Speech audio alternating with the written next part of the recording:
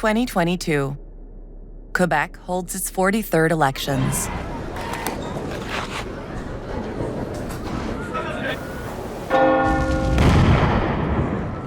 We still use the voting system inherited from 1791 when, in an attempt to ease tensions between English loyalists and French Canadians, Great Britain enacted the Constitution Act. The first elections were held the following year. From then on, the public elects representatives to sit on the Legislative Assembly. But unlike other colonies of the Empire, English common law does not apply in Lower Canada. Instead of being universal, the right to vote is subject to wealth. As a result, some women and Indigenous people do have the right to vote. We simply forgot to exclude them, but not for long. Early on in our history, it was decided that not every vote would count. Deeming women's right to vote ridiculous, Louis-Joseph Papineau backed a bill prohibiting women from voting in 1834. Then, starting in 1857, First Nations people had to give up their status in order to vote. Unsurprisingly, the history of Quebec's National Assembly begins with a group of white men, when colonial delegates from British North America created the Dominion of Canada on July 1st, 1867. But the women of Quebec hadn't said their last word. Neither domestic chores nor successive pregnancies prevented them from creating the suffragette movement in the 1920s. Opposition from members of the National Assembly, especially French-Canadian ones, was fierce and unrelenting, to such an extent that their struggle stretched far longer than that of their sisters. Elsewhere in the world, women had the right to vote in around 50 countries, but it wasn't always a universal right, and women were often banned from running for election. In 1936, census suffrage is abolished, so that citizens no longer need to pay taxes to vote. 145 years after Canada's Constitution Act, the right to vote is no longer linked to material possessions. 1940.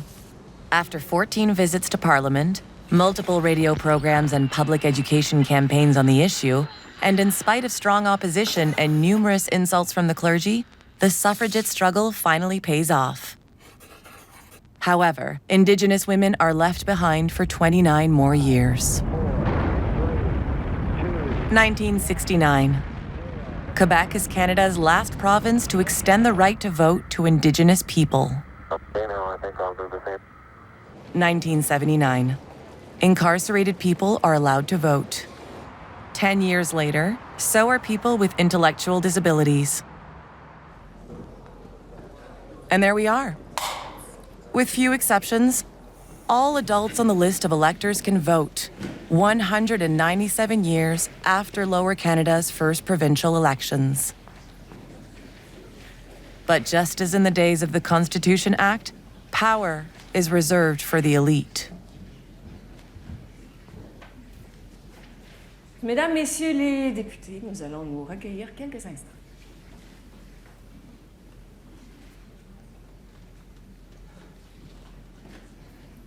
Merci beaucoup. Veuillez vous asseoir.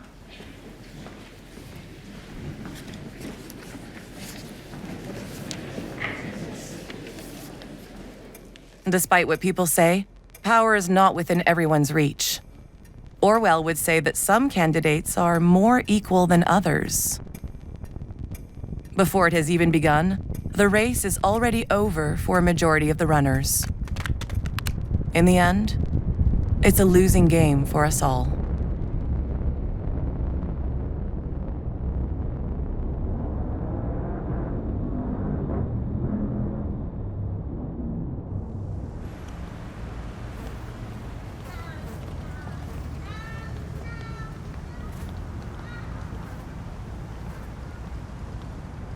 Bonjour, pardon, je peux vous dire, je vends rien. Je suis une candidate indépendante. C'est gentil, merci. Pardon, est-ce que je peux vous déranger? Non.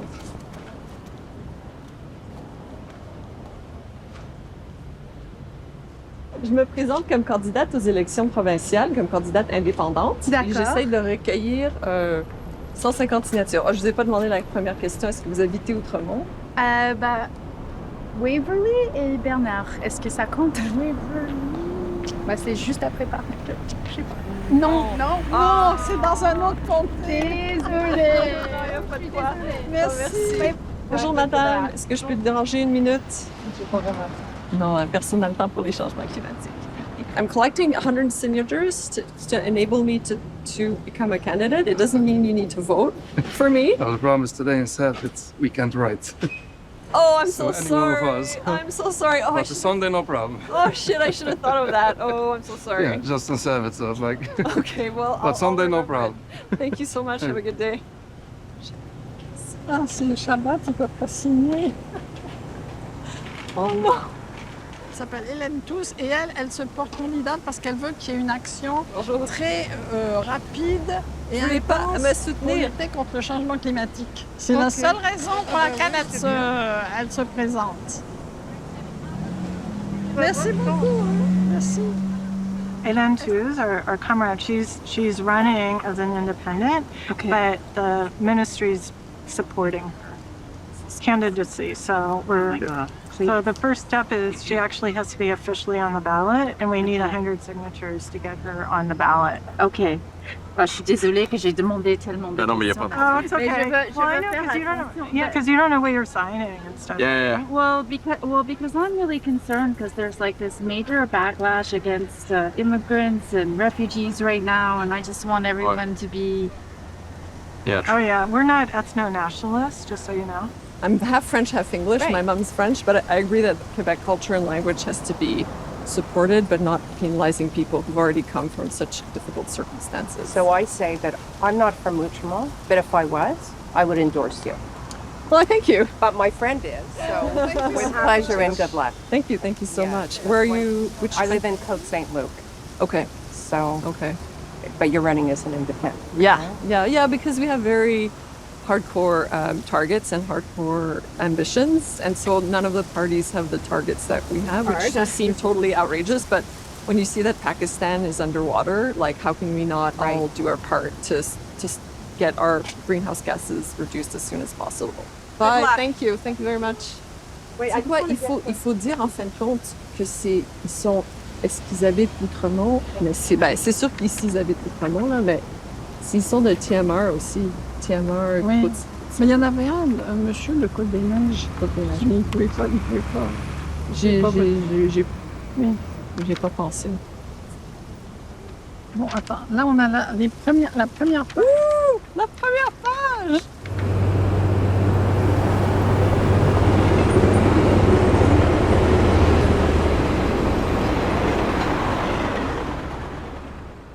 La gastronocratie. Il y a la déocratie, qui est déo, donc c'est une société qui est régie par Dieu, le Coran, la Bible, des trucs comme ça. Il y a la plutocratie, c'est une société qui est dirigée par les riches. Et la gastronocratie, c'est une société dont les lois, les règlements est inspiré de la gastronomie.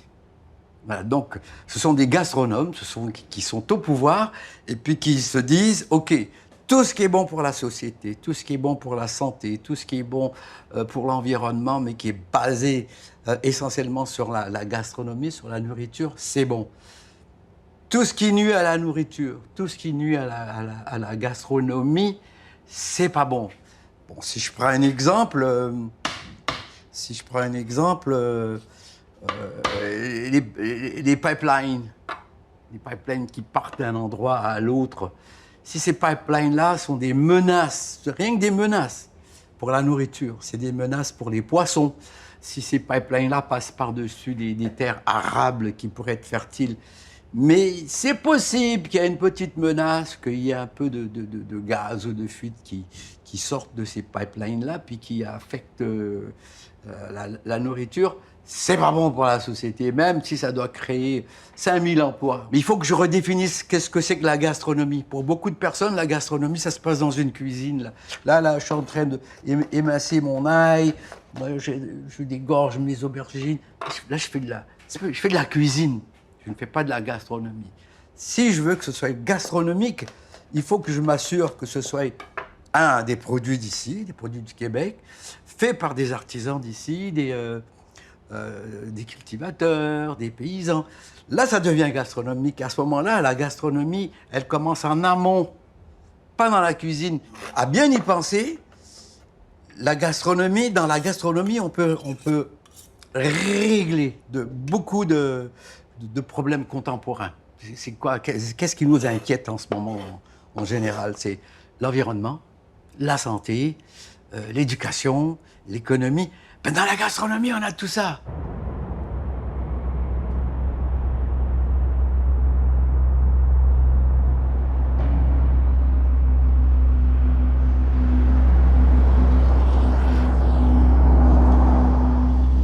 Le système électoral, il attire des personnes dont la principale compétence, c'est de gagner des élections. Et donc, par définition, pour gagner des élections, il faut souvent avoir mis beaucoup d'efforts, de manœuvres politiques. Je ne dis pas ça dans un sens purement péjoratif, mais il faut manœuvrer politiquement, il faut créer des alliances, il faut manœuvrer dans un parti, il faut serrer des mains, il faut faire des compromis. Ça ne nous assure pas du tout qu'elles sont compétentes pour gérer l'éducation, la santé, la jeunesse, les aînés, l'environnement, les communications, les sports et tous les enjeux que gèrent aujourd'hui nos gouvernements. C'est-à-dire, ils gèrent à peu près tout dans la vie, là. Et donc, ça nous assure pas de ça. Tout ce qu'on a, c'est des personnes qui ont gagné des élections. Et pour gagner des élections, ça prend des personnalités particulières et ça prend des personnalités qui aiment le pouvoir, puisque l'objectif, c'est d'avoir du pouvoir. Donc, le système électoral, il attire des gens qui aiment le pouvoir, ce qui me semble un peu problématique. Ford. Bronco, Expédition, Explorer ou Edge?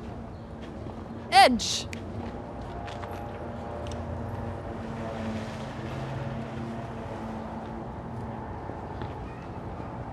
Volkswagen.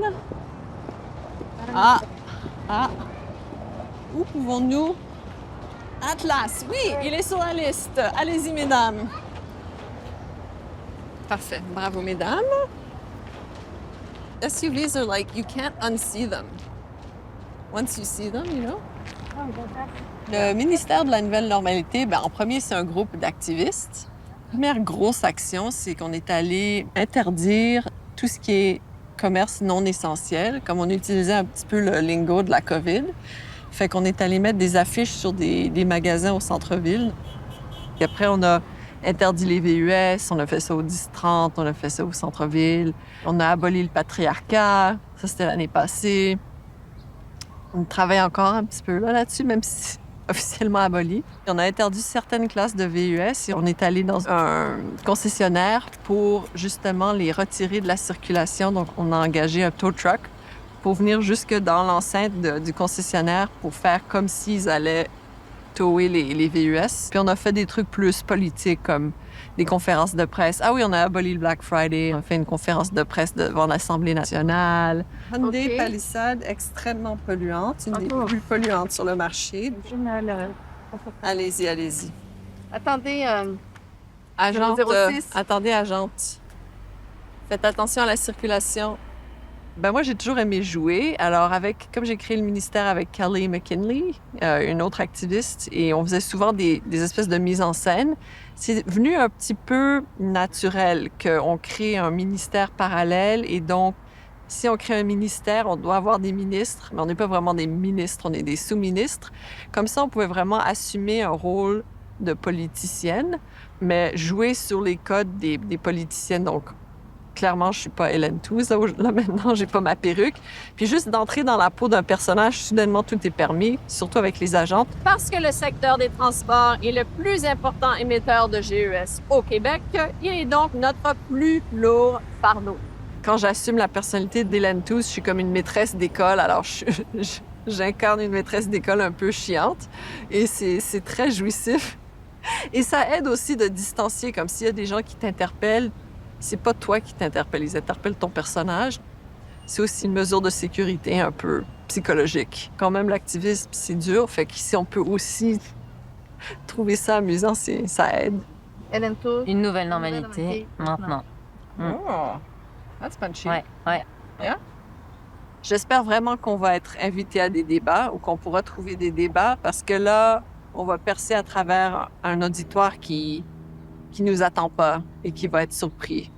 Donc, c'est bien de faire nos actions, mais on en fait, on passe dans les médias et tout ça, mais d'avoir vraiment une interaction avec les autres candidates des partis politiques pour introduire cette notion de décroissance dans le vocabulaire politique qui n'est pas encore.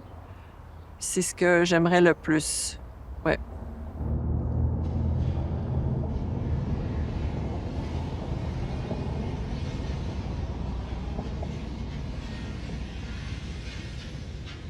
Maintenant, est-ce que tu as reçu la photo de ma candidate?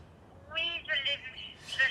Tu l'as vue? Bon, alors tu sais, ce serait exactement la même chose. Il faut juste changer ma gueule. Ouais, c'est pour ça que j'en attendais la validation de cette épreuve-là. D'accord. Ok, donc on met Amélie Villeneuve à ma place. On garde exactement la même chose. De Parti culinaire du Québec, c'est bon, Amélie Villeneuve. Mais en dessous, je ne sais pas si vous avez compris quand j'ai écrit, elle sera dans Laurier d'Orion et non moins. Voilà. Comme vous avez fait pour moi il y a 4 ans, il y a ça. Il va avoir, il faut acheter des petits lacets là pour les attacher. Probablement que là, si je fais mon petit 5 à 7 jeudi, je vais payer un peu de bouffe, je vais payer un peu de bière. Bon, disons, mais ça, pendant les 4 ans que j'ai roulé le parti, ça m'a pas coûté cher. Ce qui coûte cher, parce qu'ils veulent que ce soit un comptable agréé qui fasse la comptabilité. Même si j'ai fait juste un chèque dans l'année, le comptable agréé il me coûte $2 2 800. Ça, il faut le trouver. Fait que je fais du man to man, là, vous voyez, ça c'est des listes de membres que j'ai. C'est essentiellement des copains, des amis que j'appelle, que je harcèle pour donner, faire des contributions de 20, 40, 50, $100. 1977. René Lévesque's government passes a bill on political party funding. Individual contributions are now capped at $3,000 per person per year. Legal entities such as corporations are prohibited from making political donations, a first in Canada. In March 2009, after 6 years in power, Premier Jean Charest announces hard economic times to come.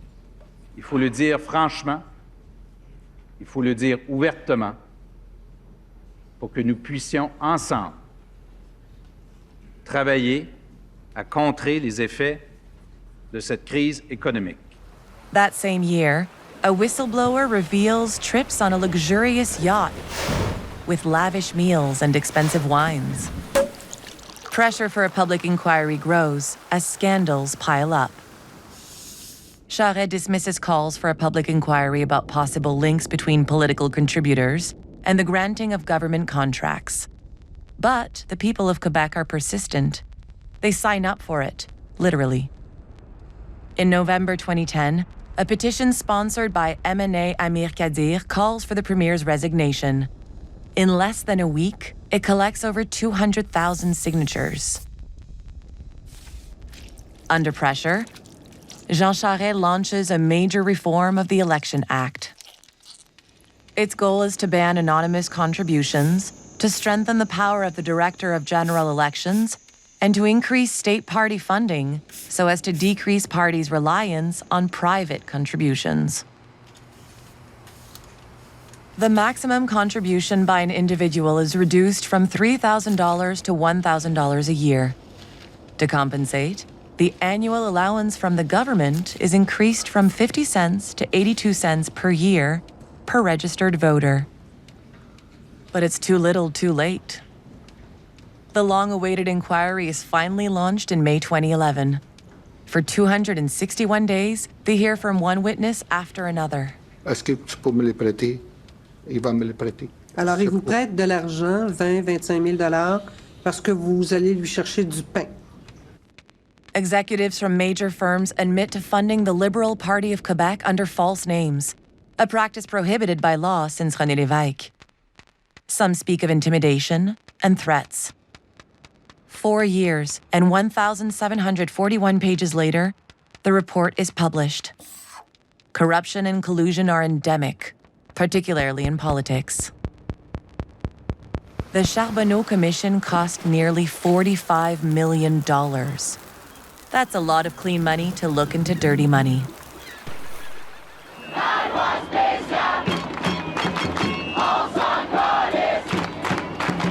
2012. Scandals and student protests bring down the Charest government, and the Liberal Party is replaced by the Parti québécois. Pauline Marois modifies election funding once again, lowering personal contributions from $1,000 to $100. Il permet également le versement de contributions additionnelles lors de la tenue d'élections générales ou partielles. The annual allowance paid to political parties increases once more, from 82 cents to $1.50 per registered voter per year. Between 2010 and 2012, political party funding changes drastically, with a 97% decrease in the maximum personal contribution amount and a 200% increase in government funding. But unlike artists, no one criticizes political parties for being subsidized. The reforms have obvious positive impacts, but instead of making sure that the old parties play by the rules were changed. For minor parties, it means finding a lot more contributors, even though they don't have the resources to do so. C'est pas évident. C'est pas évident. Alors, je m'amuse, j'essaie de m'amuser à travers ça. Ça, c'est le côté le plus plate. Là où je m'amuse, c'est les moments où j'explique pourquoi je me suis lancé là-dedans, pourquoi t'es sûr, tu crois que la gastronomie, peut-être... Là, je m'amuse, là, j'ai du fun. Là, je convainc les gens que si t'achètes un concombre du Québec, c'est un acte politique. T'achètes un concombre du Mexique, c'est de la trahison. Tu vois? Là, j'ai du fun.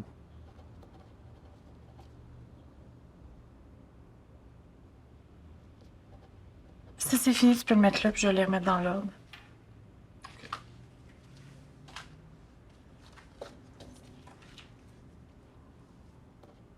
À ma première participation électorale, j'ai pris la décision d'annuler mon vote.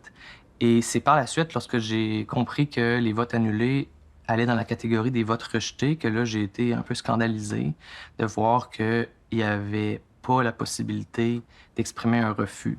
Donc, on nous obligeait de fitter dans une case, finalement, puis que toute la diversité d'opinions devait se réduire à ça.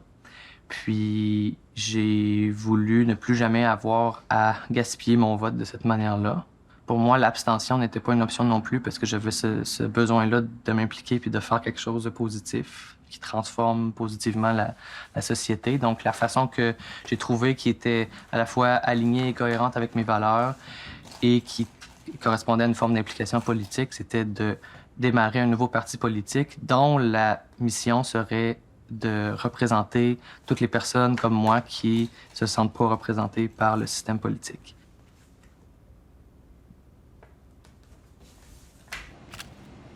Et voilà, c'est fait, on vérifie. Okay. C'est parfait.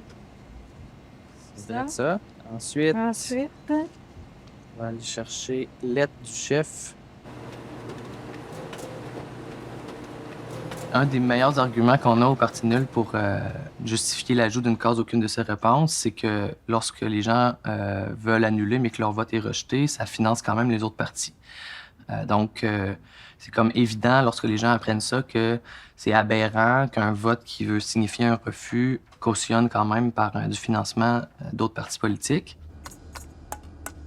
Since the reforms initiated in 2010, state funding of political parties takes 3 different forms: a contribution matching sum, an annual allowance, and a supplementary allowance during general elections. In order to establish the amounts to be distributed, Élections Québec multiplies the number of registered voters by an amount determined by the state. For example, in 2021, annual allowances totaled just over $10 million. This amount is divided between eligible parties based on the proportion of votes they received in the previous election. Seems fair, right? It's actually inconsistent and unfair, as it doesn't take into account abstentions or rejected ballots. This type of funding is based on the assumption that those who didn't vote, a third of the electorate in 2018, would have voted the exact same way as those who did, which would be extremely surprising. Between 2018 and 2022, the CAQ got 37% of the pie. But if abstentions were not ignored, it would have gotten 24.5%. In that same period, the people who didn't vote unwittingly contributed $16.2 million to parties that they did not choose. The bulk of this money, $15.5 million, went to the 4 parties who actually won seats in the National Assembly. If parties were granted funding solely for votes they obtained, abstention would suddenly become a major issue. But in a system created by and for the people in power, disengagement has been monetized. Je pense que cette crise de la démocratie, il faut voir qu'elle est un peu perpétuelle. Dans l'idée de démocratie, donc si on accepte, c'est contestable, mais si on accepte que nos régimes représentatifs actuels comportent une part démocratique, il y a une part de contestation et donc il y a toujours une part de crise ou en tout cas d'évolution, de remise en question de certains principes. Après, ça reste assez clair à mes yeux que le fait que beaucoup des solutions là, actuelles proposées se focalisent sur l'élection montre qu'il semble y avoir un enjeu autour de cette question-là. Et je pense que l'élection est un processus qui est vu comme démocratique maintenant, mais qui ne l'est pas fondamentalement, en fait, qui est un processus élitiste et donc qui crée des attentes démocratiques, mais qui les déçoit tout le temps et qui fait en sorte qu'à chaque élection, on nous promet monts et merveilles et au final, les gens qui votent, les citoyens et citoyennes sont souvent déçus de ce qui arrive par la suite. D'une part parce que les problèmes politiques sont complexes et donc des solutions faciles ne fonctionnent pas nécessairement, mais aussi parce que, de par l'élection, les partis politiques ou les politiciennes sont aussi menés à faire des campagnes, à essayer de vraiment promettre monts et merveilles et déçoivent nécessairement les attentes par la suite.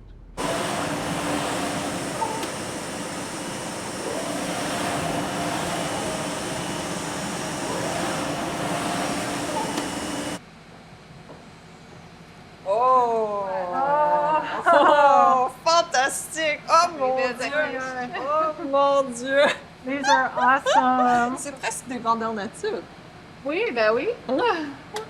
Oh, Hélène, fantastique, fantastique. Merci beaucoup. Oui, c'est pour ça qu'on a besoin de transport en commun. Plus trafic. Yeah, I'll be glad when this is over. Oh yeah, good one. Here, wait. I have to get this.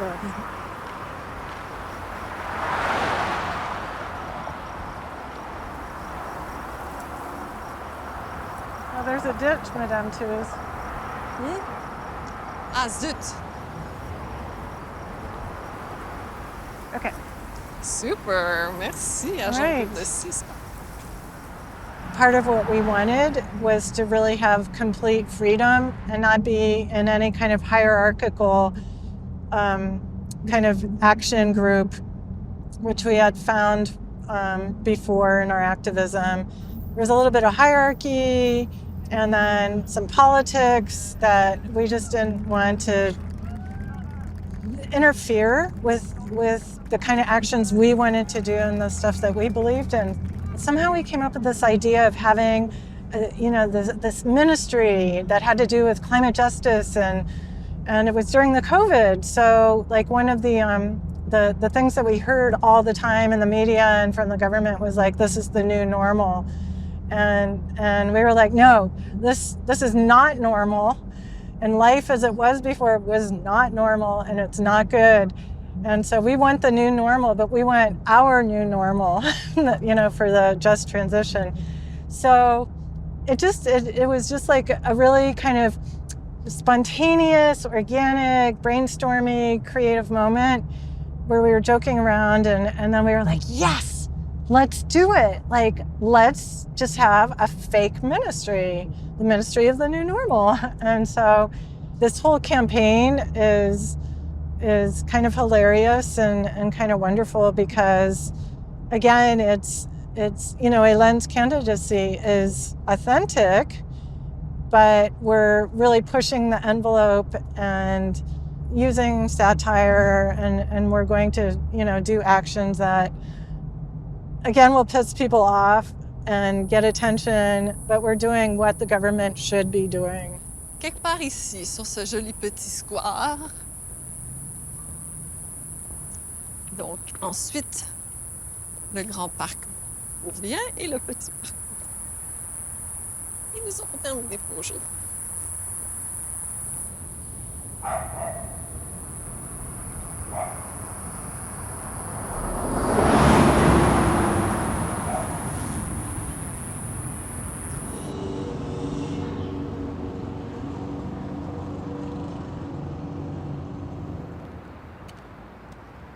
Est-ce que vous voudriez me donner votre signature? Sans engagement de voter pour moi. Vous êtes dans quel parti? C'est le parti nul. OK. Non, je suis pas parti nul. Merci. Désolée. Bonne fin de journée. Merci. Allô, je suis candidat pour les élections provinciales pour le parti nul. Oui, parti nul. Et en plus, je suis le chef nul du parti nul pour les votes nuls. Oh, mais vous êtes donc bien drôle. C'est la première fois que j'entends parler de ça. Bien, vous allez avoir ça, parti nul, sur votre bulletin de vote. Vous penserez à moi. Si jamais votre choix, c'était aucune de ces réponses, vous aurez l'option de le faire Mais avec la case je trouve nulle. ça brillant. Parce qu'il y a du monde qui vont le faire. Ben oui. Là, je signe, mais tu n'as-tu d'autres? Donc ça, vous êtes la 91e à signer. Wow, ça m'en prend 100. On achève, mais c'était un long travail. Et c'est pas tout le monde qui est aussi enthousiaste que vous à l'idée. Ben là, moi, je vous trouve vraiment cute. Là. Moi, je veux qu'il y ait une pointe de tarte du résultat, que ce soit les votes nuls. Puis c'est nous. Dans le fond, j'ai créé le parti politique. J'espère que vous autres, ça va aider à plus de monde qui vont aller voter. C'est mon souhait. Ben, Vous pourrez parler de nous. oui. Ceux que vous connaissez qui votent pas. Bonjour!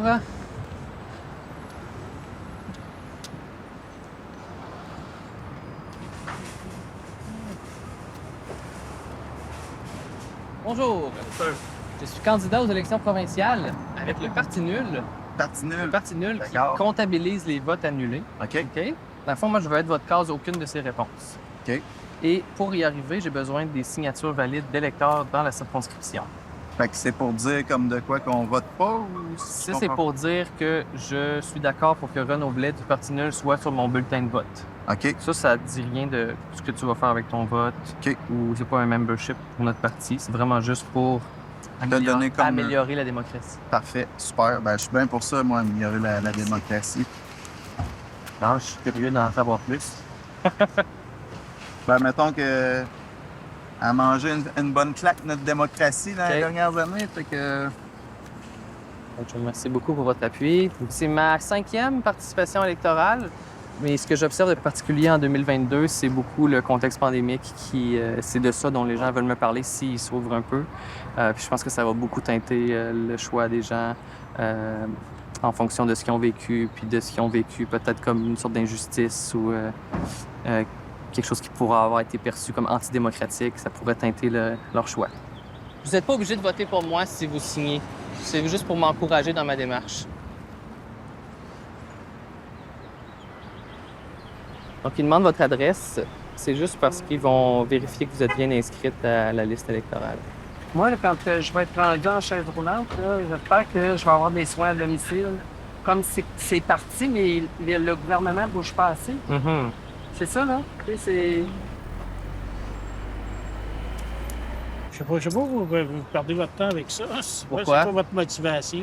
Bien, parce que si, supposons, quand un gouvernement est élu puis qu'ils disent on a l'appui de la population majoritaire, quand on regarde vraiment le nombre de personnes qui ont directement appuyé ce parti-là, c'est pas vrai qu'ils sont majoritaires. Donc, en ayant plus de visibilité au niveau de l'insatisfaction puis des refus qui sont exprimés, ce qui est l'opinion d'une très grande partie de gens qui trouvent que ça vaut même pas la peine d'aller voter parce qu'ils se sentent pas représentés. Moi, je pense... Vous chialez, vous n'apportez pas de... Tu sais, vous faites état de gens qui en ont ras le bol, mais vous n'avez pas de solution. Trouver des solutions. Absolument. Ben moi, je veux écouter Moi, les je gens. ne signerai pas pour ça. Je comprends. Ben merci quand même, mais... Ben, c'est ça, mais moi, je suis pas contre la politique, puis je suis pas contre aussi l'agressivité au niveau de vouloir changer les choses. Je suis 100% pour. Il y a plein de gens qui n'ont pas la possibilité, par leur vote, d'exprimer vraiment leur opinion authentique. Fait que moi, je pense que déjà de faire ce petit pas-là pour leur montrer qu'ils sont entendus, c'est un moyen de les encourager à réinvestir le champ de la politique. Puis ensuite, c'est ça. Peut-être que s'il y a 10 d'appui pour le parti nul, il y a un parti politique qui va se créer. Là. Ce sera peut-être pas moi, ce sera peut-être vous, ce sera peut-être quelqu'un d'autre. Ouais. Et moi, en fait, je pense que de mettre de la visibilité à ce phénomène-là, ça encourage, ça nourrit la démocratie. C'est déjà de modifier ou d'améliorer le système électoral, d'amener plus de représentativité, de tenir compte d'une diversité de points de vue. C'est peut-être un moyen de faire sortir des nouvelles idées, de les mettre en œuvre et de leur donner un petit peu plus de place, plutôt que de centraliser, de vouloir tout ramener les gens à 2 ou 3 options. Vote proportionnel un peu, là. C'est une des propositions que j'entends souvent parmi nos membres. Fait que ça pourrait être un pas dans la bonne direction. Bon, on va signer ça, oui. Probablement l'échange dialectique le plus constructif que j'ai eu depuis le début de ma collecte de signatures, qui n'est pas juste un refus catégorique, qui n'est pas juste une manifestation de colère, mais là, je sens que j'ai eu un impact sur lui, puis je l'ai laissé s'exprimer, puis c'était un vrai dialogue. C'est rare, je dois dire que c'est rare, mais je suis content quand ça arrive.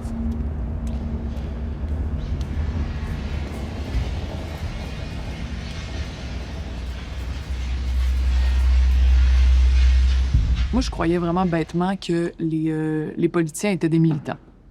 Puis que c'était des militants qui allaient dans un endroit pour lutter. En arrivant là-dedans, quand ton agenda est constitué de période de questions, interpellations, puis là, ensuite, il faut que tu ailles faire un speech pour aller faire l'adoption de principes de tel projet de loi, qui des fois est intéressant, mais des fois, tu t'en fous. Mais il faut que tu sois là, parce que si t'es pas là, l'autre parti va dire « Il était pas là, il a rien fait, il s'en fout. » Puis là, ça va faire un article dans les médias, puis là, ton parti est comme « Faut pas qu'on aille ça, fait que vas-y. » Fait que là, tu y vas, puis là, tu lis. Si le sujet t'intéresse pas parce que c'est un projet de loi technique, parce que c'est un projet de loi sur lequel tout le monde est d'accord, parce qu'il y en a, si c'est un truc qui est finalement pas militant, ben t'arrives là, puis tu lis ce que le recherchiste a préparé pour toi, en se faisant chier autant que toi, tu te fais chier à aller le faire, super content.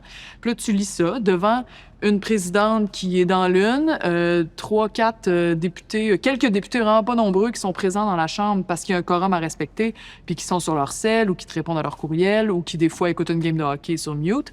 Fait que t'as ça.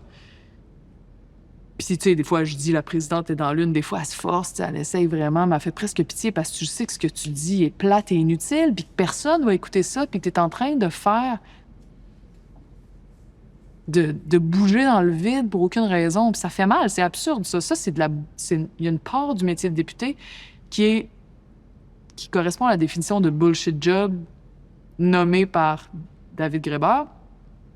Il dit, dans le fond, la bullshit job, c'est la job que les gens eux-mêmes disent « ça sert à rien, puis je sais pas pourquoi je fais ça ». Thémistocle, ça c'est vous. Jean-Louis, votre date de naissance, enseignant à la retraite, votre adresse, Parti culinaire du Québec. Est-ce que j'ai la lettre du chef? Mais le chef, c'est moi. Ben oui, ça me prend une lettre. Je le savais. C'est pas grave, je t'en voudrais pas pour aujourd'hui, là. Mais tu me signeras une lettre. OK? OK. Bon. Je sous-signe, moi, chef de... Monique, c'est vous? Ouais, je suis l'agente officielle. Bonjour, c'est signé, c'est parfait. Et... Jean-Louis Potvin, ça, c'est ton... Ouais. OK, c'est bon. Hein? Trop fort, on n'a jamais failli. C'est bien connu. Vous allez suivre la formation, madame? C'est fait. Et mon adjoint aussi. Quand tu dis... Ouais, mais la déclaration comme telle... Va-t'en pas. La déclaration. Je te dis si c'est correct. Je veux voir ça. Oui, c'est beau. C'est beau? Hein? Va-t'en pas. Ah, OK. Non. Reste avec nous. Et voilà, reste avec moi, mon cher, parce que j'ai besoin que tu me fasses des photographies. OK. Alors, on a dit photocopie de l'endo, du permis de conduire, photocopie des 2 côtés de la photo. OK. Puis, donne-moi un instant, je vais te donner une page de ça. Je, Jean-Louis Thémis, chef du Parti culinaire du Québec, virgule, désigne C'était Jean-Louis Thémis. Jean-Louis Thémis. The famous Jean-Louis Thémis. Oui. Également connu sous le nom de Chef Thémis. Je désigne Jean-Louis Thémis. Également. Connu. Chef Thémis. Chef Thémis. J'ai signé. J'ai Et-tu sais? signé à Montréal. Toutes les saisons au rendez-vous. Tu sais que j'ai fait un disque. C'est sa Je chanson. chante, c'est ma chanson fétiche. Gaston! On va la mettre sur une feuille à part. Ça, c'est là-dessus. Sur une feuille à part. Ah, une feuille à part? Oui, 3 s'il te copies? plaît. Puis recto verso. Non, pas 3 copies, juste une. Recto verso. Parfait. Merci. Jean-Louis Thémis, Chef Thémis, c'est ça? C'est comme un mariage. Alors, vous avez la qualité d'électeur, mon cher. Oui, madame. Vous êtes citoyen canadien. Je le veux. Vous n'avez pas été condamné. Je le veux, oui. Ça, c'est Donc, beau. ça, Ça, c'est c'est bon. beau. Ça, c'est- Ça ça, va me c'est prendre pour une une photocopie. OK, ça, c'est beau. Ça va là.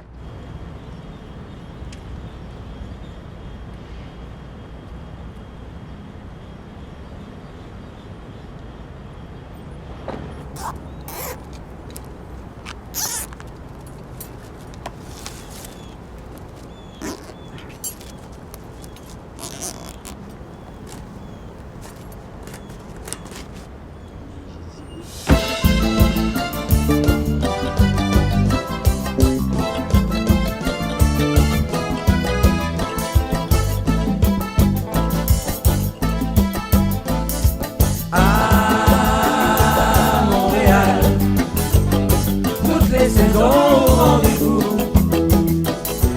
À l'année longue, c'est festival au bout du jour. Voilà pourquoi il fait bon vivre à Montréal. Et long vie à Montréal.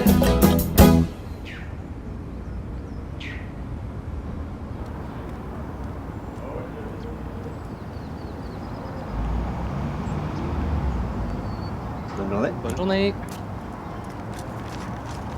Je pense que le thème le plus important pour moi, c'est la culture politique de notre société que j'essaie de transformer à travers mon action puis mon engagement. Parce que dans le fond, on fait une association dans notre esprit entre démocratie puis élection. C'est comme si, il y a des élections, il y a différents partis politiques, donc on vit dans un pays qui est parfaitement démocratique, puis on l'envisage beaucoup dans ce terme dichotomique là, de oui ou non. Et tu viens encore ou quoi? Moi, je suis professeur au cégep. Oh, professeur. Sainte-Foy? Garneau. Garneau? Oh.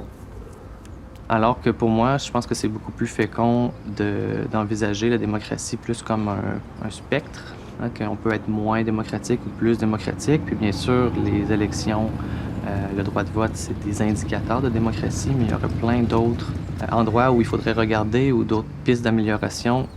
Pas juste la façon de faire les élections, mais aussi, pour donner quelques exemples, l'éducation qu'on donne à tout le monde, c'est quoi la citoyenneté. Il y a aussi la question de la condition de vie matérielle de l'ensemble de la population, parce que si on est en train de courir pour faire assez d'argent pour rejoindre les deux bouts, on ne peut pas se préoccuper de questions politiques. Donc la question d'un certain niveau d'égalité matérielle qui doit être maintenu dans une société pour qu'on ait une vraie démocratie, mais ça, il me semble que j'en entends beaucoup moins parler. Je vous remercie beaucoup. Passez une belle journée. Bonne journée. Merci. Penser que 125 individus à l'échelle de la province du Québec peuvent administrer puis prendre des décisions qui vont impacter tout le monde, pour moi, c'est une aberration. Et voilà.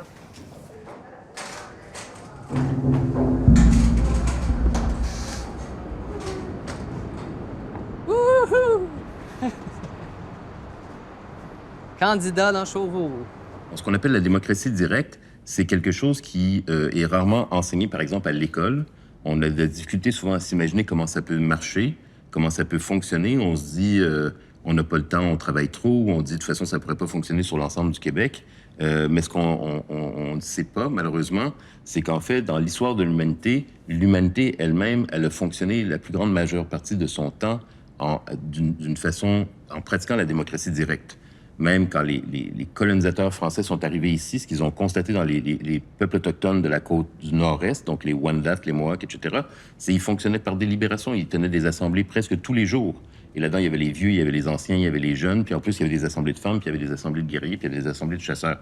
Ils étaient tout le temps en train de délibérer, c'est ce que les jésuites disent. En plus, dans la mesure où, aujourd'hui, notre travail, dans la très grande majorité des cas, on est en fait dépossédé des capacités de décider au travail, c'est-à-dire il y a un patron, il y a un gérant ou un patron qui décide d'être autour de nous et nous, on est des exécutants. Ben, on pratique pas de démocratie au travail, mais logiquement, il faudrait aussi pouvoir pratiquer la démocratie directe au travail.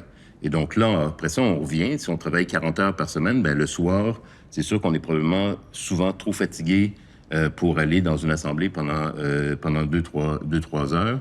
La fin de semaine, on veut faire d'autres choses. Et donc, en fait, ce temps que prend le travail dans nos vies, il nous dépolitise. On se dit fièrement que nous vivons en démocratie, alors qu'il y a plein de gens qui, en fait, 35 ou 40 heures par semaine, vivent dans un système qui est un système avec un patron. Le patron, ils ne l'ont pas élu. Ils ne peuvent pas voter contre lui, ils ne peuvent pas se présenter contre lui. Et des fois, le patron décide même comment les gens doivent s'habiller, à quelle heure ils peuvent manger, puis à quelle heure, comment ils peuvent aller quand ils peuvent aller à la toilette. Donc ça, pour des citoyens dans une démocratie, c'est pas super.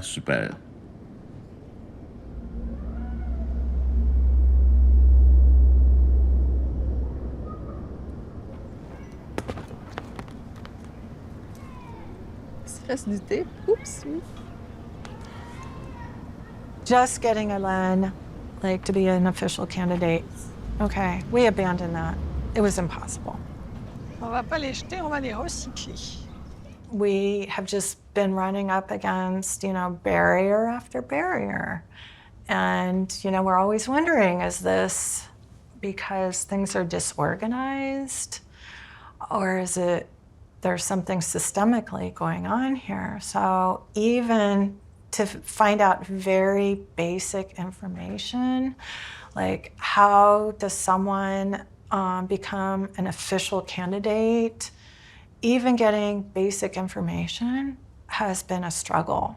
So it's just another example of how we are, or any independent candidate is systemically, structurally being pushed out, where they have to try so hard.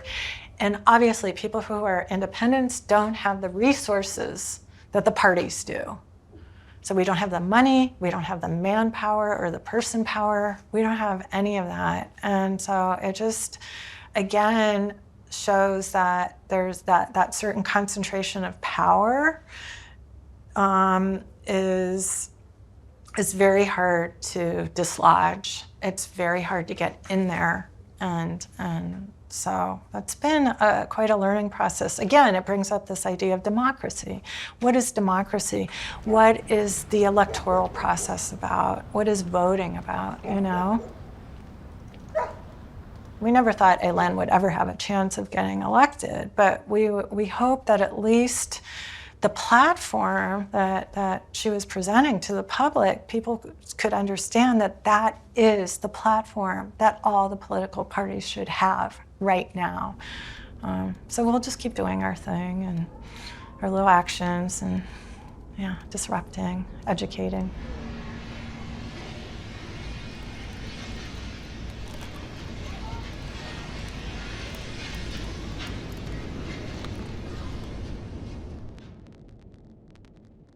Of the 27 authorized political parties, 21 fielded candidates for the 2022 elections, a record for Quebec. Yet, since 1867, only 5 parties have been in power. On average, only 3 parties win seats in an election. That leaves a lot of people and ideas behind. Minor parties are more important than we are led to believe. They are not merely emerging parties, as they are often referred to. They're able to shine a light on unique issues that the major parties don't discuss for fear of losing votes. Where would we stand in our fight against the climate crisis if environmentalists won a few seats at every election? On the other hand, the recent proliferation of minor parties reflects another emerging trend in the political landscape of Quebec and around the world, a disconnect between the elites and the people. By giving inordinate power to the established parties, our electoral system has eroded the public's confidence in them, paving the way to a multiplication of political formations claiming their opposition to the old ways. Set against a backdrop of populist and fascist rhetoric, these groups have thrived on misinformation. In 2022, 7 new parties appeared in Quebec's political landscape, 5 of which had strong conspiratorial views. In 2020, the Conservative Party of Quebec had 500 members. That number jumped to 60,000 in 2022, a spectacular increase. That year, Éric Duhaim's party counted more members than all other parties combined. Rarely has Quebec's far right managed to mobilize so widely.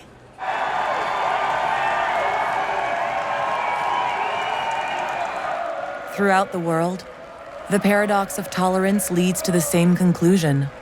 The greater the platform given to intolerance, the more it becomes normalized.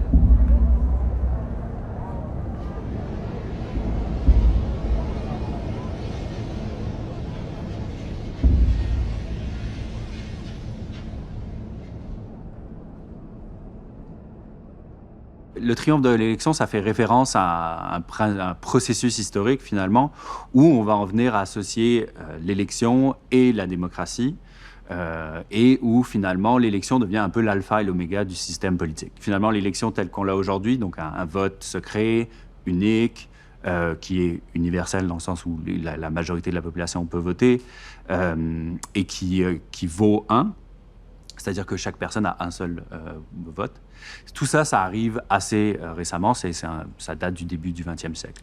Et donc le triomphe de l'élection, c'est toute cette période-là où finalement on en vient à considérer que l'élection, c'est la seule façon d'attribuer le pouvoir politique, la seule façon légitime.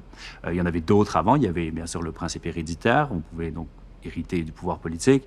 Il y a aussi le principe du concours, si on veut, on met des examens et les gens qui réussissent ces examens-là obtiennent le pouvoir. Et avant, il y avait aussi le principe du tirage au sort où on attribuait certaines responsabilités politiques en procédant à une sorte de loterie, en tirant au hasard les...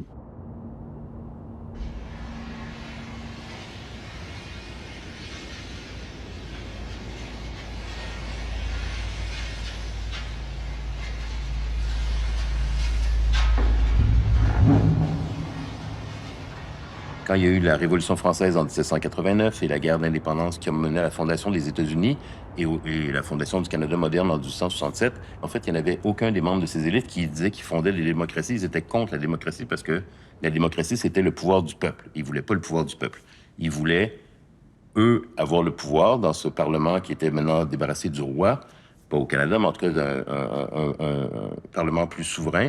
Et donc, ce n'est qu'après 1 ou 2 générations que dans ces différents pays-là, les politiciens ont commencé à dire « nous sommes une démocratie en réalité ». Et donc là, ils ont changé le sens du mot démocratie. Le mot démocratie est devenu significatif de système électoral, système parlementaire. Donc en fait, on a une toute petite clique, une aristocratie élective, pas héréditaire, qui nous gouverne. En réalité, c'est pas du tout démocratique puisque la population, elle ne prend pas de décision, elle décide qui décide pour elle. Ça n'a absolument rien de démocratique.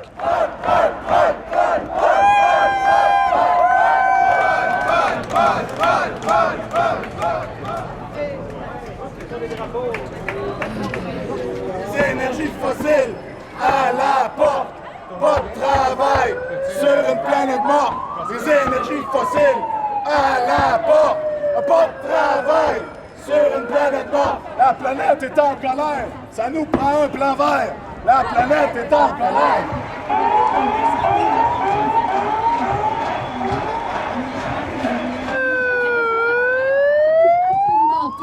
Et je vais faire en sorte que chaque décision qui soit prise soit passée sous la loupe de la changement climatique. Merci beaucoup tout le monde et bonne soirée. Proportionnellement, les Premières Nations, les Inuits et les Métis du Canada. Ils ont des impacts sur les jeunes autochtones. Équiterre refuse de faire de la désobéissance civile parce que les changements, la crise climatique, c'est pas assez important parce que ça aime passer dans les médias, faire blablabla, on est tellement bon. Même chose que Greenpeace. Les ONG sont des mensonges. C'est terminé.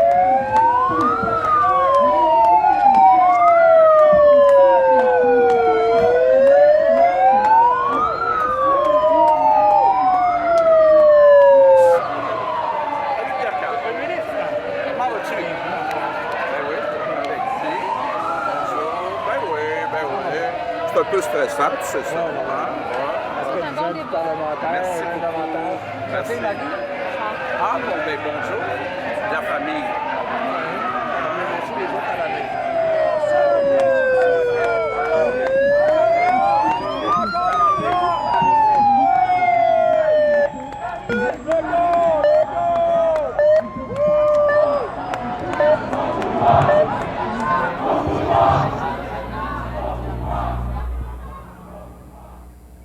In Quebec, broadcasters have no legal obligation to include anyone in their debates. This gives major parties an advantage since they are not forced to participate and can decide not to show up if the presence of another leader doesn't suit them. Their decisions affect viewership, which means that the media is eager to accept their conditions.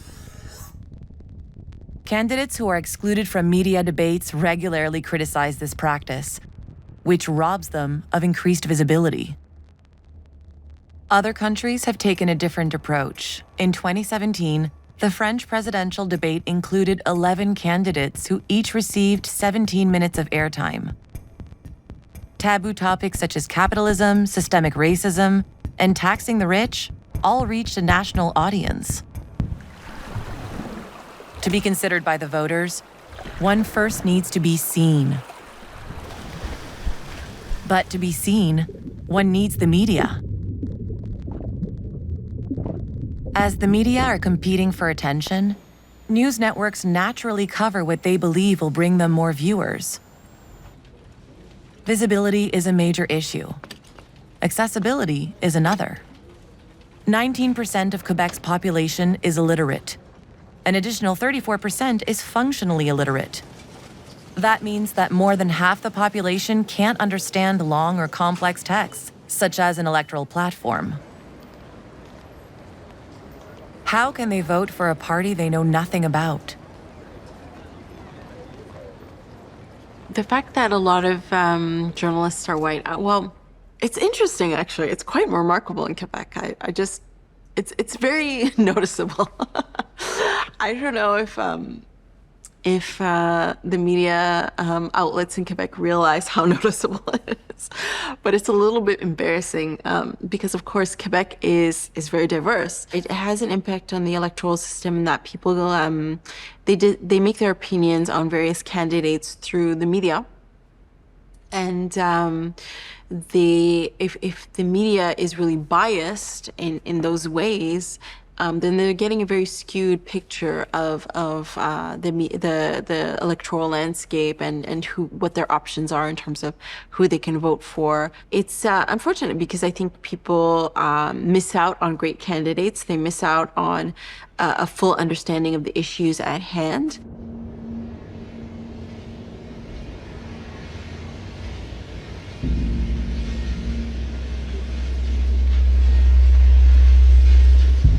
Chers amis, bonsoir. Merci d'avoir répondu en si grand nombre à l'invitation de la Coalition contre la pauvreté de la petite patrie. Alors, je débuterai les présentations avec le chef Témis du Parti culinaire du Québec.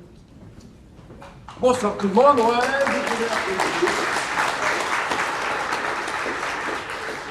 Je suis un peu loin de mes chaudrons, mais ça va bien aller. Je suis chef cuisinier, je m'appelle Jean-Louis Témis, mais c'est plus court de m'appeler chef Témis. Je suis le fondateur d'un organisme qui s'appelle Cuisiniers sans frontières, parce que j'ai toujours cru que la cuisine pouvait être un outil pour lutter contre la pauvreté. Donc j'ai ouvert des écoles ici en collaboration avec le journal L'Itinéraire, j'ai ouvert des écoles à Madagascar pour les gens de la rue, j'ai ouvert des écoles en Haïti, j'ai ouvert une école au Bénin, toujours pour les gens moins chanceux. Et j'ai décidé de pousser l'aventure beaucoup plus loin en me lançant dans la politique et en créant le Parti culinaire du Québec. C'est ma deuxième élection. Il y a 4 ans, je me suis présenté tardivement. J'ai eu quand même 179 votes qui m'ont rassuré. On m'a dit, s'il y a 179 personnes qui ont cru à moi, c'est que je pourrais en convaincre 8 millions. Le gouvernement fédéral va présenter très prochainement un programme de régularisation des personnes sans statut. On sait que dans le passé, le Québec s'est abstenu de participer à ces programmes de régularisation. À ce rythme-là, dans 20 ans, on est à 66 %, les 2/3. Puis dans 50 ans, on est rendu à 50 %. Ça, pour le Québec au complet, c'est pas juste Montréal. Là. Fait que je suis désolé de le dire, mais ça va prendre des actions quand même drastiques là, pour renverser la tendance. Puis ça passe par une immigration économique 100% francophone. Désolé, mais les experts nous disent que sans ces mesures-là, on y arrive. Moi, j'ai pas les chiffres, j'ai pas de statistiques. C'est le cœur qui parle. Moi-même, je suis originaire de Madagascar. Je suis arrivé en 1972, donc c'est bon l'immigration, c'est bon pour le Québec, l'immigration. Et puis, humainement, il faut vraiment régulariser les statuts précaires de tous les immigrants qui sont ici. Peu importe leur statut, mais il faut régulariser. Il n'y a rien de plus inhumain que d'avoir un bouclier, un épée de Damoclès sur la tête en se disant d'ici 1 an ou 2, je risque d'être expulsé. C'est inhumain, il faut arranger ça. Moi, je vais arranger ça quand je serai au pouvoir. Et puis, je vais les former, je vais leur donner une formation de cuisine pour qu'ils puissent tous travailler. Voilà. Merci. Merci, M. le Président.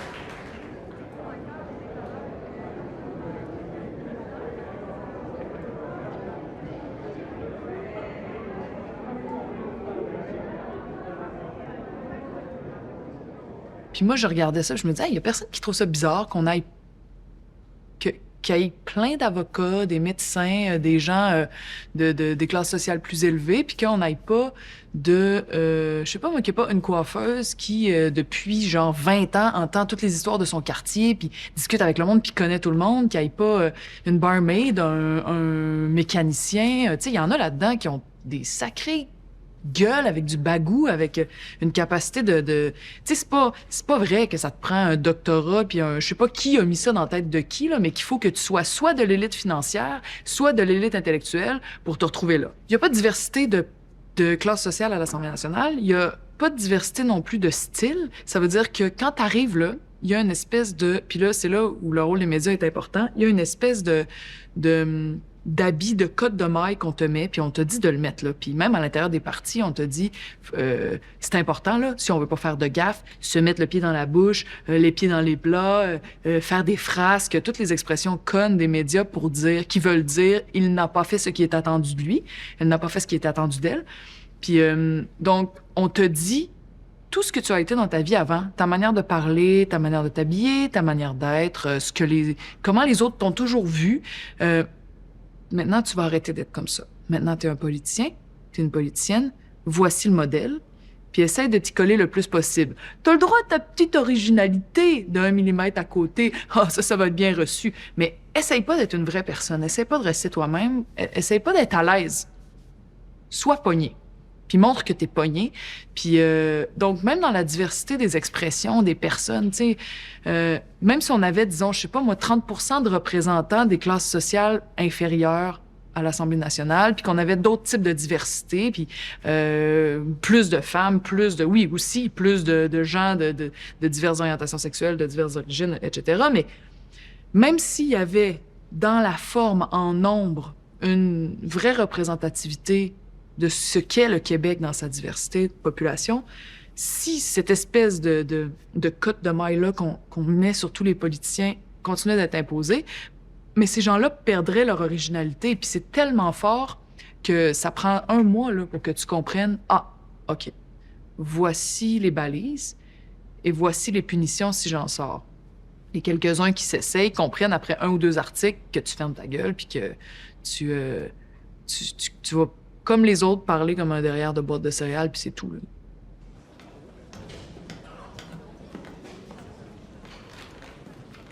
The voting system converts individual votes into a certain number of seats. But it's far from neutral. It has a decisive influence on the outcome of the election, the evolution of political parties, voter turnout, how campaigns are run, and the way parties govern. There are 2 main categories: proportional systems and majority systems. They can also be combined to create a mixed model. The objective of a proportional system is to allocate seats based on the percentage of votes obtained. It was adopted in Denmark in 1855 to correct imbalances caused by the British voting system. The vast majority of democracies followed suit. But not here. That's not how we roll in Quebec. Ours is a first-past-the-post system. It's the easiest to use and understand. 1 candidate, 1 vote. A vote for the candidate is a vote for the party. Its name describes how it works. It refers to horse races where a rider must pass the others in order to win. Most importantly, the winner takes all. But unlike the proportional system, it isn't proportional. Differences between the percentage of votes cast and the number of seats won can be measured using a distortion index. The higher the number, the greater the distortion. Out of 143 elections held worldwide since 2018, Quebec ranks 126th. Of the 42 elections held in Quebec since 1867, a party won the election without obtaining the highest number of votes on 5 occasions. That's more than 1 time out of 10. If it wasn't for a flawed electoral system, Duplessis would never have been elected in 1944. He got fewer votes than Adélard Godbout. In the following 3 elections, he was re-elected with a distortion index between 22 and 34. This period, known as the Great Darkness, was defined by conservatism, sexism, a religious stranglehold on health and education, and the violent repression of workers' unions.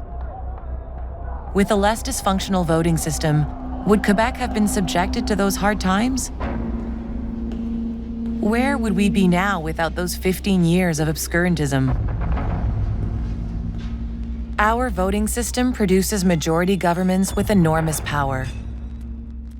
Since 1999, opposition parties managed to pass only 5% of the 1,792 bills tabled in the National Assembly. Most were of minor importance. As it also encourages a 2-party system where the major parties take turns, the opposition simply assumes that the system will work in their favor in the next election.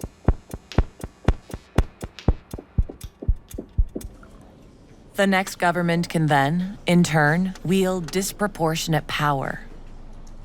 Quebec's voting system doesn't reflect the people's will. It doesn't express political pluralism, nor does it reflect the importance of the regions. It doesn't equally represent women and men, and it fails to embody ethnocultural diversity. In short, it hands power to people who do not reflect the makeup of society. By not having a diverse National Assembly, you can, from one hand, let people into the country because secretly you know that employers need cheap labor and you know that the birth rate is low and you want to preserve your tax base. So from a policy perspective, you very much want immigrants. But from the other hand, from the other side of your mouth, you can perpetuate this rhetoric that, you know, there's a problem with immigration. And you can only really do that without having people laugh in your face if you have a National Assembly that's not representative, that doesn't have people from those backgrounds saying, hang on a second, you admitted me to the country, you know. So I think you're able to perpetuate discourses that really don't make much sense, and that really kind of perpetuate a sort of very discriminatory outlook. For example, Bill 21. I really struggle to see how that bill would have been adopted without any changes, at least, if there had been members of the ruling party who were from that background, the affected backgrounds, and who were able to bring their viewpoints with them.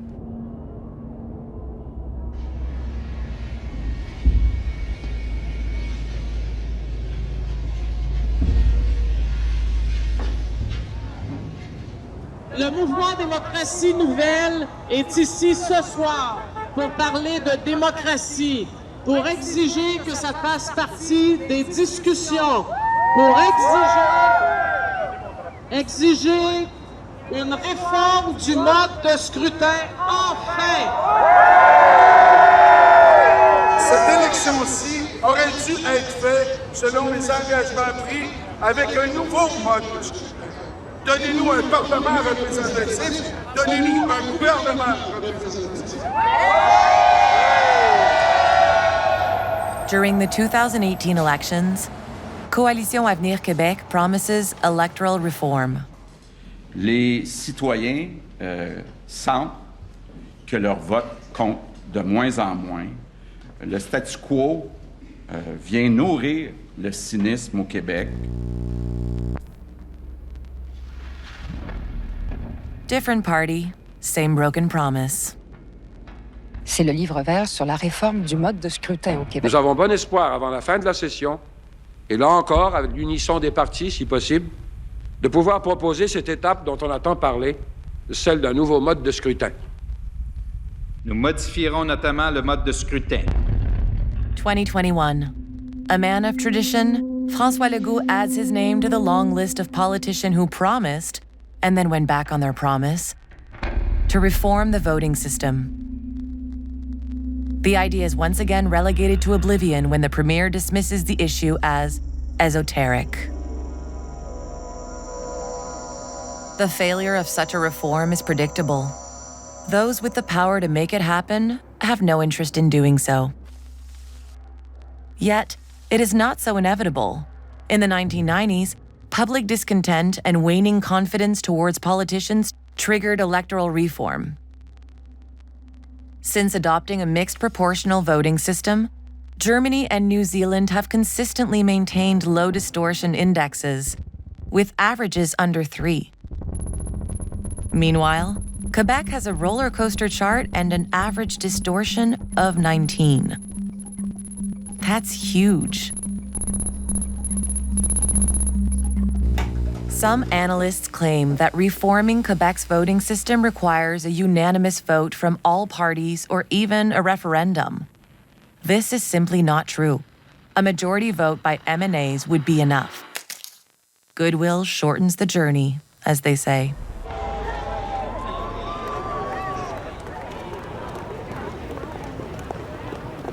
Aujourd'hui, c'est le débat des chefs à Radio-Canada, débat duquel le Parti vert du Québec est exclu. Le Parti vert du Québec, on a un programme beaucoup plus ambitieux en termes d'environnement et de justice sociale que tous les partis qui sont à l'intérieur. Les grands médias ne veulent pas entendre des points de vue anticapitalistes, ne veulent pas entendre des points de vue qui remettent sévèrement en question le statu quo. On a des partis qui ont un avantage médiatique extrême.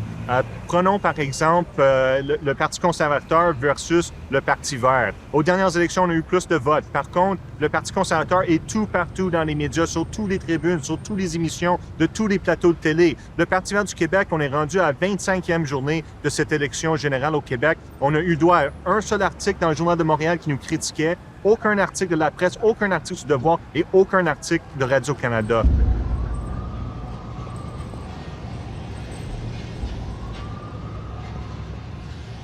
Alors, je pense qu'il est possible de réformer en effet le système électoral. On peut, et il y a plusieurs études là, qui pèsent les pour et les contre de tel mode de scrutin ou de tel découpage régional, etc., de tel arrangement institutionnel.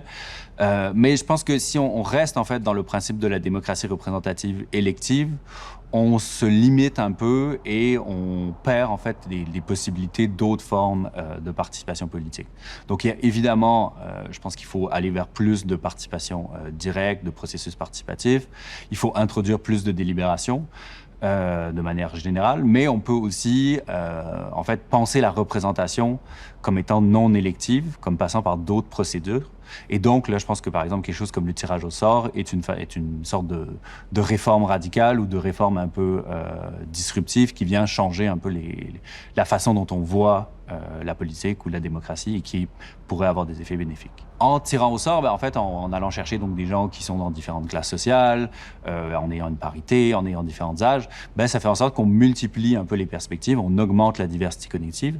Et ça, il y a des différents politologues qui ont avancé qu'en fait, pour résoudre des problèmes politiques, ce qu'on n'a pas besoin, c'est pas plus de compétences ou la même vision des choses, mais bien au contraire une diversité d'expériences pour essayer de trouver des consensus ou en tout cas de trouver des solutions peut-être un peu plus originales. En disant n'importe qui peut être tiré au sort, ça amène une sorte peut-être de responsabilisation ou en tout cas une idée de prendre l'égalité comme vraiment un présupposé, comme une donnée et pas comme quelque chose qui serait à atteindre.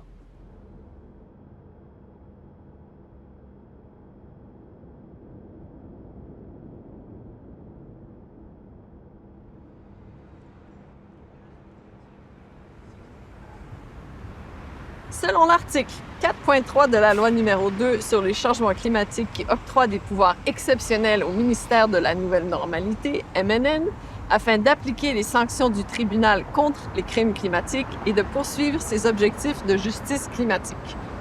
Dans ce contexte législatif, le ministère de la Nouvelle Normalité a décrété que cette station-service devrait être fermée immédiatement.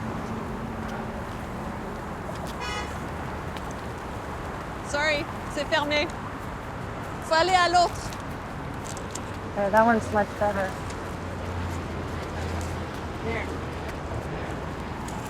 Perfect. Voilà. Merci, madame.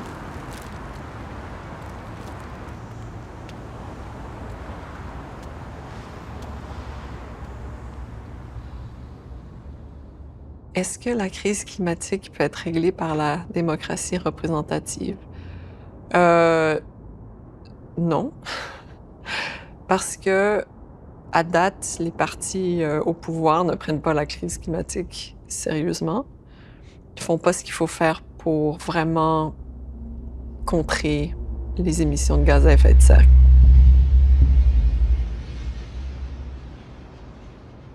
Who cares si ton électorat se plaint qu'ils vont fucking devoir payer de la taxe sur leur fucking VUS, tu sais.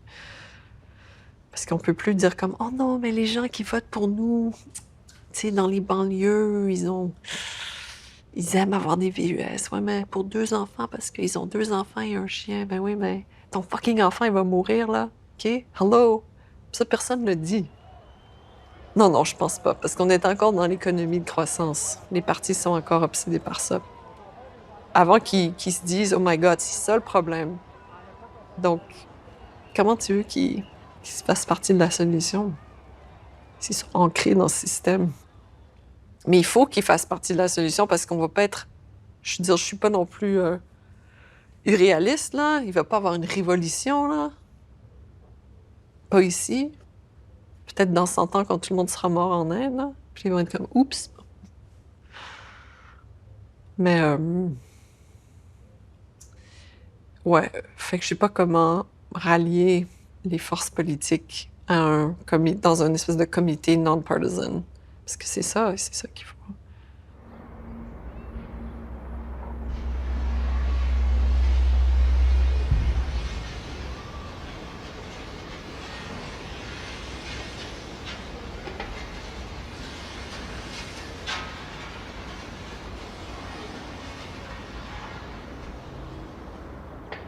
Quand on parle de l'abstention dans les médias, c'est toujours négatif.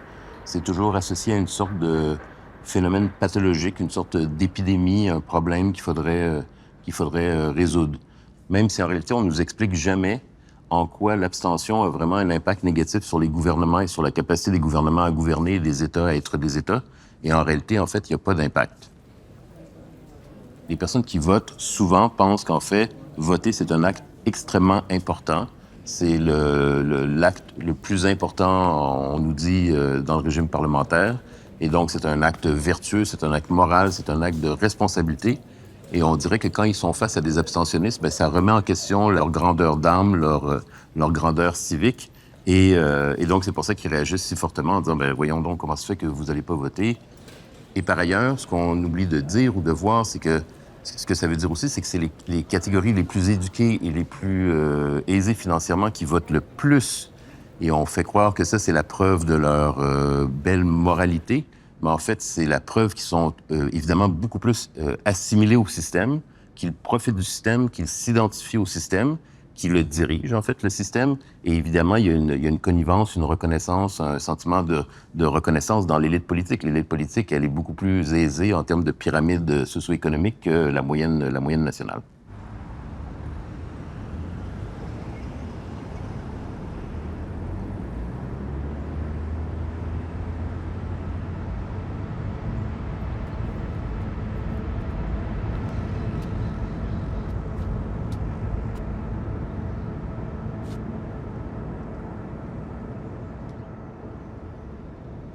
Mon plus grand rêve pour le Parti nul, ben, ça commencerait par le fait de réaliser pleinement notre mission, ce qu'on n'a pas encore été en mesure de faire, c'est-à-dire avoir 125 candidats dans les 125 circonscriptions. Et là, on aurait vraiment la véritable mesure de l'insatisfaction des gens au Québec si, en parallèle, on avait réussi à se faire connaître de tout le monde puis qu'on avait la confiance des gens pour incarner cette option de refus-là. Mais au-delà de ça, je pense que c'est là que la réflexion doit déborder la sphère juste des élections puis envisager les problèmes au 21e siècle de manière plus large. Est-ce que, par exemple, la crise écologique puis les écarts de richesse, c'est des problèmes qui vont pouvoir être réglés en élisant des députés à l'Assemblée nationale? Est-ce que cette forme de gouvernance-là est apte à faire face aux défis de l'humanité au 21e siècle? J'en suis pas convaincu. Moi, je pense qu'il y a une urgence de penser à des modes de gouvernance en ayant en tête l'ensemble des problèmes et des enjeux sociaux qui sont les nôtres au 21e siècle.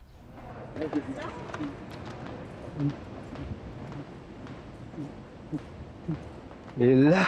Là, sur le tapis, je pense que ça va bien aller. C'est comme dans les aéroports. Pareil comme à l'aéroport, sauf qu'on va vous demander de marcher sur le tapis, de ne pas vous laisser... J'y vais là? Oui, allez-y, parce que je vais vous amener jusqu'à l'autre côté. Moi, je suis en politique. OK. Alors, j'ai parti à un parti politique qui s'appelle le Parti culinaire du Québec. J'adore. Ça vous fait rire, hein? J'adore. Ouais, alors, voilà, comme Guy Lepage, pas lui, mais les invités qu'il avait hier ont parlé de moi. OK. Du coup, il y a une recherchiste d'ici qui a dit que ce serait le fun de l'avoir sur l'émission.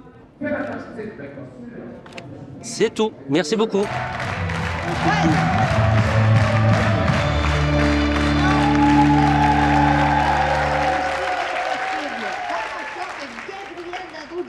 Et Éric Duhem s'entendent sur quelque chose, les deux voteraient pour lui.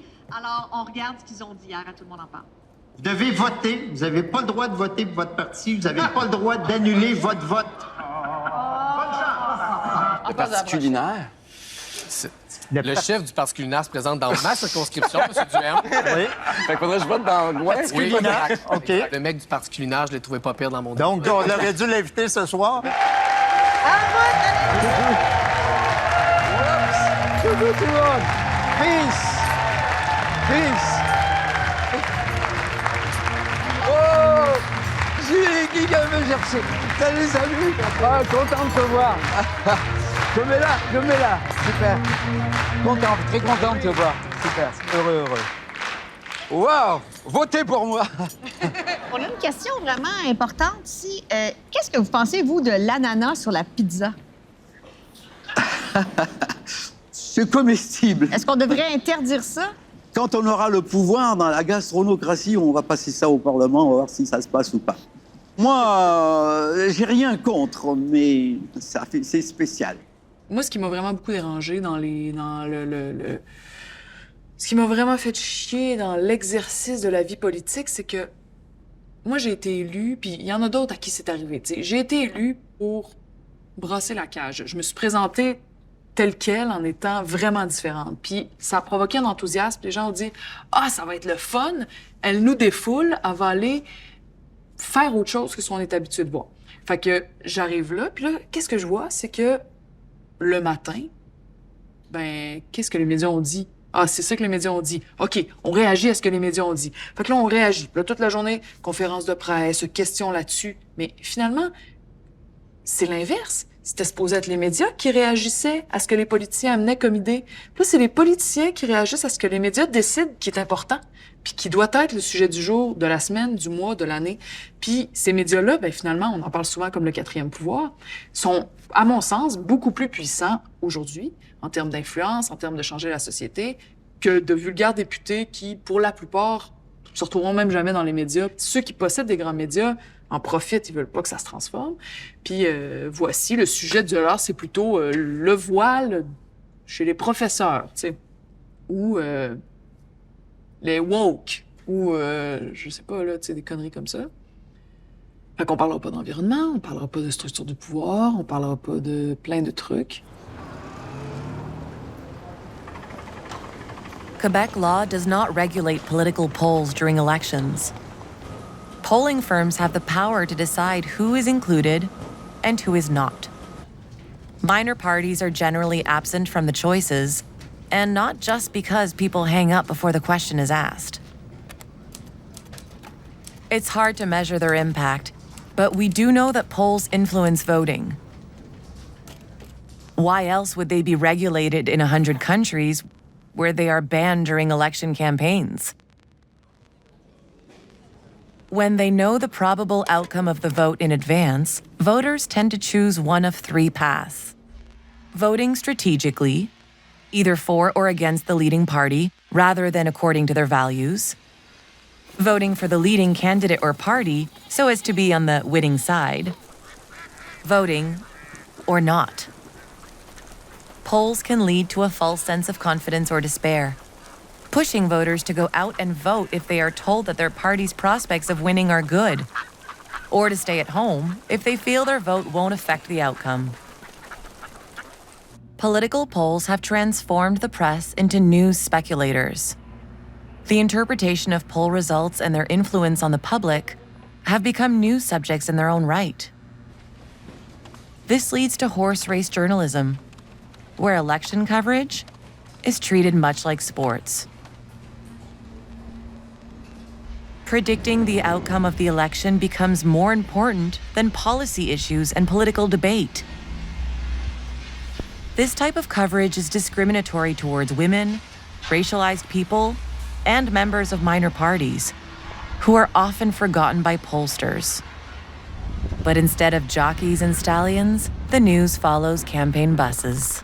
Au deuxième débat des chefs, il disait il n'y a aucun des 5 partis qui nous représentent, comme on ne se sent pas visé. Mais n'oublions pas qu'il y a 25 partis au Québec, dont le Bloc Pot, qui existe encore même si le oui des à la victoire depuis 2018. Comme... La gastronocratie ou la mort nous vaincront.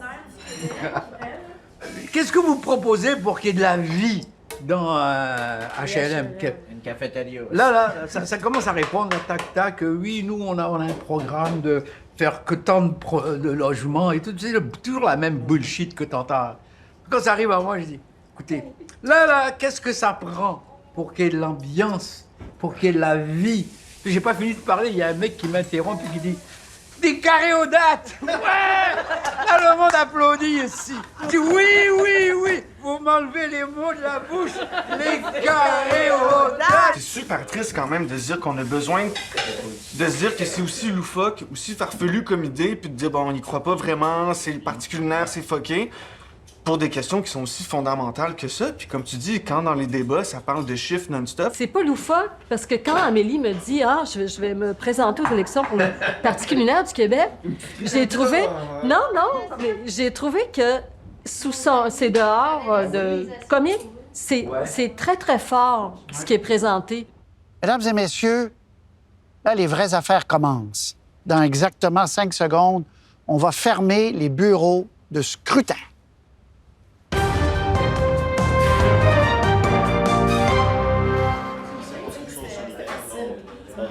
On va lever nos verres à la bonne campagne que nous avons faite, Amélie puis moi. Parce que l'air de rien, c'est du boulot tout ça. Hein? Alors, à nous, j'ai hâte de voir les résultats, puis merci d'être là pour accueillir ce succès que nous avons fait. Merci, Monique, pour toute ta job que tu as faite. Agente, de tout ça. Merci, Témis, chef Témis. Mais le représentant, il représente pas. Tu as travaillé aussi. Il n'est pas venu. Bon. Alors, Merci, chef. Au Parti culinaire. Santé, à la gastronomie. Alors, à 20h10, Radio-Canada prévoit que le prochain gouvernement sera dirigé par la coalition Avenir Québec. François Legault qui sera majoritaire. 20h10, Radio-Canada prévoit un gouvernement de la CAQ majoritaire. Monsieur Legault qui a donc... On October 3rd, 2022, Coalition Avenir Québec won by a landslide, securing 3/4 of the seats with only 1/4 of the votes. The official opposition had fewer votes than either of the 2 other parties in the National Assembly, but got more seats than both of them combined. As in 2018, if abstentions had been counted as votes for a party, it would have formed a majority government. If Quebec's electoral system were a board game, it would be a matter of minutes before players started arguing over the rules. No one deliberately prevents anyone from running in elections, and no one is forced to vote one way or another. We must admit that there's been some progress. We now find well-to-do white women from various administrative regions, alongside the well-to-do white men from various administrative regions. But people who are racialized, young, Indigenous, disabled, or lower class remain underrepresented in politics. The lack of diversity is obvious on so many levels. Systemic barriers favor candidates that originate from the same circles, which leads to governments that don't reflect the makeup of our society. The people we elect are financially comfortable, to say the least. This explains why former Premier Philippe Couillard believes that $75 could feed a family for a week. Or why François Legault thinks that there are apartments available in Montreal for $500 a month. Or why no one bothered to consider the impacts of a curfew on people living in tiny apartments with no balcony. When our elected representatives don't understand our daily struggle, their victory is our loss. What would our minimum wage be now if working class people were regularly elected? Would alimony and equal pay for equal work have taken so long to become reality if half our representatives had been women since 1867? Would we still be debating the existence of systemic racism if our National Assembly was more diverse? What would Quebec be like if those impacted by political decisions actually had a seat at the table? Hard to tell. In Quebec, that's not how we roll. If you have enough time, you can cook an elephant in a small pot. It is said that Thérèse Casgrain used this proverb to illustrate the long struggle for women's voting rights. But there aren't many elephants left. And there's no more time for small pots.